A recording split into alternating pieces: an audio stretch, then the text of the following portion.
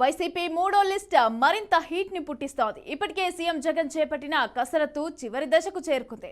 2 విడతల్లో మొత్తం 38 స్థానాల్లో ఇన్ఛార్జీలను ప్రకటించింది వైసీపీ. ఇక ఇప్పుడు మరో 29 స్థానాలకు కూడా ఇన్ఛార్జీల మార్పు పైన అధిష్టానం ఫోకస్ పెట్టినట్టుగా తెలుస్తోంది. ఆ మేరకు ఇప్పటికే ఆయా స్థానాల నేతలతో వైఎస్ జగన్ చర్చలు జరిపారు. స్థానిక పరిస్థితులను ఆరా తీస్తూ ఆయా స్థానాల్లో జరగనున్న మార్పులను వివరించారు. ఇక మరోవైపు పెనుమలూరు పంచాయతీ పైన కూడా కొలుసు పార్థసారథితో చర్చించారు సీఎం జగన్. అయితే పార్థసారథి సీటు మార్పు పైన వస్తున్న వార్తలన్నీ కూడా అవాస్తవమేనని స్పష్టం చేశారు కొడాలి నాని. అభ్యర్థులకు చెప్పిన తర్వాతనే సీఎం జగన్ నిర్ణయం తీసుకుంటున్నారని చెప్పారు.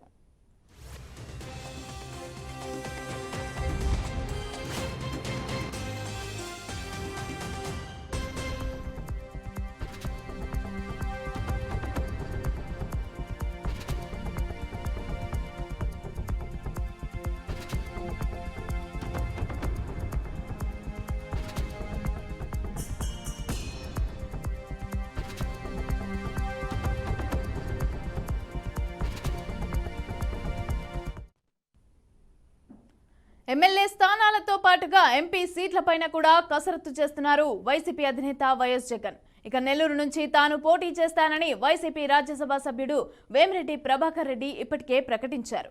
దీంతో ఆయన పేరునే ఖరారు చేసినట్టుగా తెలుస్తోంది. నంద్యాల నుంచి నటుడు ఆలీ, కాకినాడ నుంచి చలమల శెట్టి సునీల్ పేర్లు వినిపిస్తున్నాయి. ఇక విజయనగరం నుంచి చిన్న శ్రీను, అలాగే అనకాపల్లి నుంచి కరణం ధర్మశ్రీ పోటీ చేసే అవకాశం కనిపిస్తోంది. విశాఖపట్నం పార్లమెంటు బరిలో బొత్స ఝాన్సీ, గుంటూరు నుంచి లావు శ్రీకృష్ణ దేవరాయలు, అలాగే నర్సారావుపేట నుంచి మోదుగుల వేణుగోపాల్ రెడ్డిలను ఓకే చేసే అవకాశం ఉంది.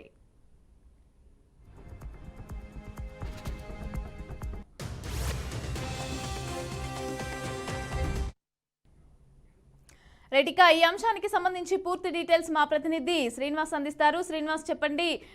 థర్డ్ లిస్ట్ అయితే వైసీపీకి సంబంధించిన థర్డ్ లిస్ట్ అయితే రిలీజ్ అయింది. అయితే 28 మందితోనైతే థర్డ్ లిస్ట్ వచ్చినట్టుగా తెలుస్తోంది. అలాగే 38కి సంబంధించిన సిట్టింగ్ ఎమ్మెల్యేలను కూడా మార్చినట్టుగా మనకు సమాచారం అందుతోంది. అయితే ఎవరెవరు ఉన్నారు, ఎవరెవరు ఈ థర్డ్ లిస్ట్ లో ఉన్నారు, డీటెయిల్స్ ఎలా ఉన్నాయి? ప్రస్తుతానికైతే వైసీపీ థర్డ్ లిస్ట్ ఇవాళ రేపు ప్రకటించే అవకాశం అయితే ఉంది. వైసీపీకి సంబంధించినటువంటి సీనియర్ నేతలు వాళ్ళ తనయులకి, అదే విధంగా వైసీపీలో సీనియర్లు ఉన్నటువంటి వాళ్ళ కుటుంబ సభ్యులు కూడా ఎంపీ స్థానాన్ని కేటాయించే విధంగా పూర్తిగా కసరత్తు జరుగుతున్న పరిస్థితి ఉంది. 22 మంది అభ్యర్థులతో నిన్ననే వైసీపీ జాబితా రెడీ అయింది, కొత్త జాబితా రెడీ అయింది. అది నిన్న సాయంత్రానికి ప్రకటిస్తారని జనం అనుకున్నారు. కొన్ని అనివార్య కారణాల వల్ల దాన్ని వాయిదా వేయడం జరిగింది. అయితే మరి కొంతమందిని పిలిచినప్పుడు కూడా, సీఎంఓ పిలిచినప్పుడు కూడా ఆయన గైరే హాజరు కావడంతో కూడా ఈ లిస్టు వాయిదా పడిందనేది మాత్రం చర్చలోకి వచ్చినటువంటి విషయం. అయితే వైసీపీ థర్డ్ లిస్ట్ ఈ రోజు లేదా రేపు ప్రకటిస్తారనేది ఉంది. అయితే పండగ ముందే వైసీపీ థర్డ్ లిస్ట్ ఉంటుంది. అవసరమైతే 4th, 5th లిస్టులు కూడా ఉంటాయని చెప్పని నిన్న కొడాలి నాని చెప్పడం జరిగింది. అంతేకాకుండా సజ్జల రామకృష్ణారెడ్డి కూడా నిన్న మాట్లాడుతూ కూడా వైసీపీకి సంబంధించినటువంటి థర్డ్ లిస్ట్ మాత్రమే కాదు, 4th, 5th లిస్టులు కూడా ఉంటాయి. ఎందుకంటే మేము గెలవాలి అనే ఒక ఉద్దేశంతో ఉన్నాం కాబట్టి దానికి సంబంధించినటువంటి ప్రతి అంశాన్ని కూడా పరిశీలిస్తున్నాము. పరిశీలించిన తర్వాత మాత్రమే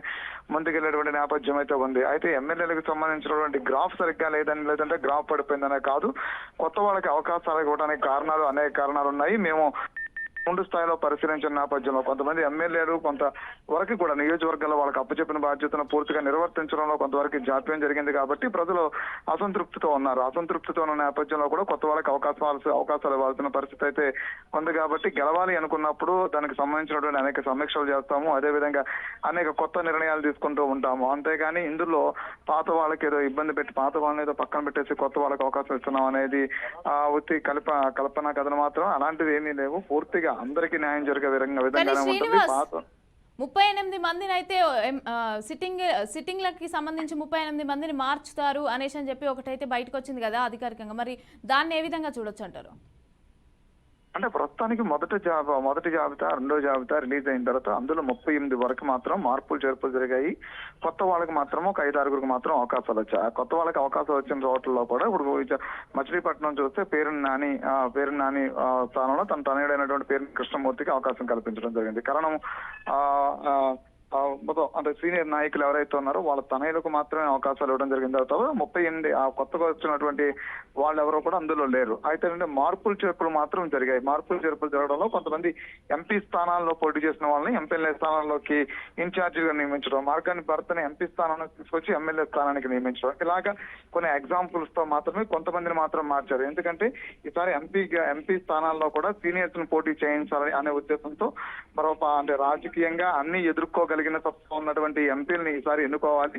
అదే 2019లో అవకాశం కలిసి వచ్చి అందరూ గెలవడం జరిగింది. అయితే 2024లో పరిస్థితులు అలా లేవు. ప్రజలు ఎంతో కొంత ప్రభుత్వం మీద అసంతృప్తి ఉంది. అన్ని వర్గాల ప్రజల్లో కూడా ఎంతో కొంత అసంతృప్తి ఉంది. కాబట్టి అసంతృప్తి నేపథ్యంలో నిర్ణయాలు మాత్రం కఠినంగా తీసుకోవాలి ఉంటుందని చెప్తున్నారు. అయితే కొత్త వాళ్ళకి మాత్రం అవకాశాలు ఇచ్చేటువంటి పరిస్థితుల్లో ఇప్పటి వరకు రెడీ అయిన జాబితాలో కొంతమంది ఉన్నారు. అయితే రానున్న రిలీజ్ చేసినటువంటి జాబితాలు ఏవైతే ఉన్నాయో అందులో మరి కొంతమంది కొత్త మొక్కలు వచ్చేటువంటి పరిస్థితి ఉంది. అంతేకాకుండా ఐపాక్ టీమ్ సర్వే చేసినటువంటి ఏ సర్వేలు ఉన్నాయో ఆ సర్వేల్లో భాగంగా మాత్రమే కొత్త వాళ్ళకి అవకాశాలు ఇస్తే తప్ప ఈసారి ఎన్నికల్లోకి ముందుకెళ్లలేము, నెగ్గలేము అనే అంశాన్ని వైసీపీ చాలా దృఢంగా నమ్ముతున్నటువంటి పరిస్థితి ఉంది. అయితే కొత్త వాళ్ళకి అవకాశాలు ఇవ్వాలి అంటే కనుక గ్రౌండ్ స్థాయిలో కూడా అన్ని రకాలుగా పరిశీలించిన తర్వాత కనీసం 3 నెలల ఎన్నికలకు సమయం ఉన్న నేపథ్యంలో ఎప్పటి నుంచో లిస్ట్ రెడీ చేసుకుని ప్రజల్లో పంపితే, అంటే ఇప్పుడు 3వ లిస్ట్ కాకుండా 4-5 లిస్టులో కూడా పూర్తిగా పరిశీలించిన తర్వాత ప్రజల్లోకి పంపితే ప్రజల మన్నలు చూరుకునేటువంటి అవకాశం ఉంటుందని కూడా ఆ కోణంలో కూడా వైసీపీ పరిస్థితి కనిపిస్తుంది. మమత, ఇప్పుడు కొత్త వాళ్ళని చూసుకుంటే మరి 29 మందితోనే అయితే థర్డ్ లిస్ట్ రెడీ అయింది కాబట్టి మరి ఈ థర్డ్ లిస్ట్ లో కొత్త వాళ్ళు ఎవరెవరు ఉండే అవకాశం ఉందంటారు? ప్రస్తుతానికైతే పేర్లు అయితే బయటకు రావట్లేదు. మార్పులు చేర్పులు ఉంటాయని చెప్తున్నారు. అంటే నియోజకవర్గాలు ఉంటాయని చెప్తున్నారు. ఇందులో కొత్త వాళ్ళకి అవకాశం ఉంది అంటున్నారు. కానీ ప్రతి అంశాన్ని కూడా చాలా గోప్యంగా పాటిస్తున్నారు. అది మళ్ళీ నిన్న గోపిరెడ్డి నిన్న వరకు సీట్ లేదు అని చెప్పన్నారు. నిన్న సాయంత్రమే గోపిరెడ్డికి సీటు కూడా కన్ఫర్మ్ చేసినట్టు తెలుస్తుంది. అయితే ఎంపీలని ఎమ్మెల్యేలు గతంలో పనిచేస్తున్న వాళ్ళే ఉన్నారు కదా, అయితే గతంలో మాజీలుగా ఉన్నటువంటి వాళ్ళకి కూడా అవకాశాలు ఇచ్చే పరిస్థితి ఉంది. అయితే కొత్త వాళ్ళని ఎంతవరకు ఈ లిస్ట్ లో తీసుకొస్తున్నారు అంటే గతంలో మనం చూసుకున్నట్లయితే 60-70 మంది వరకు కూడా కొత్త వాళ్ళని పాత వాళ్ళని మారుస్తారు అని చెప్పారు తప్ప ఆ స్థానంలో కొత్త వాళ్ళని తీసుకొస్తారా లేదంటే మాజీని తీసుకొస్తారా, లేదు అంటే కనుక ఎంపీని ఎమ్మెల్యేలుగా పోటీ చేస్తారనేది స్పష్టతనైతే ఇవ్వలేదు. సరే ఈసారి కూడా అదే ఏ స్ట్రాటజీని ఫాలో అవుతున్నారు అంటే స్ట్రాటజీని సెకండ్ లిస్ట్ లో మనం చూసినట్లయితే 5-6 కొత్త వాళ్ళు వచ్చారు. అలాగే ఈ థర్డ్ లిస్ట్ లో కూడా దాదాపు ఒక 10 మంది వరకు కూడా కొత్త ముఖాలు ఉండేటువంటి పరిస్థితి ఉంది అని చెప్తున్నారు. ఇప్పటివరకు రాజకీయాలకు దూరంగా ఉన్నటువంటి ఆలీని కూడా తీసుకొచ్చి ఈసారి ఎంపీ స్థానం నుంచి పోటీ చేయించాలనుకుంటున్నారు. అంతేకాకుండా